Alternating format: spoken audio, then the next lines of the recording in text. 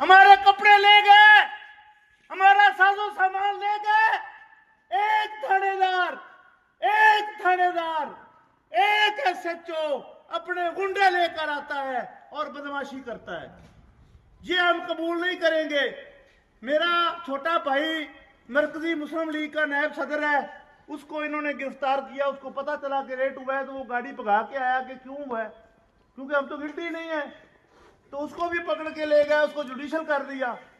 तो मेरा गुजारिश करने का मतलब ये है कि आप गवाह रहना इंशाअल्लाह ताला। इश्तियाक खां की तरह इसके हमने घुटने, ये आप लोगों की ताकत से होना है। ये मैं कुछ नहीं हूं, ये आप हैं और आपकी ताकत है, और आपकी ताकत के बलबूते पे हमने ये करना है। लेकिन हमने इंशाअल्लाह कानून और आइन के खिलाफ नहीं जाना। हम कानून और आइन के दायरे में रहते हुए अपना एहतजाज भी करेंगे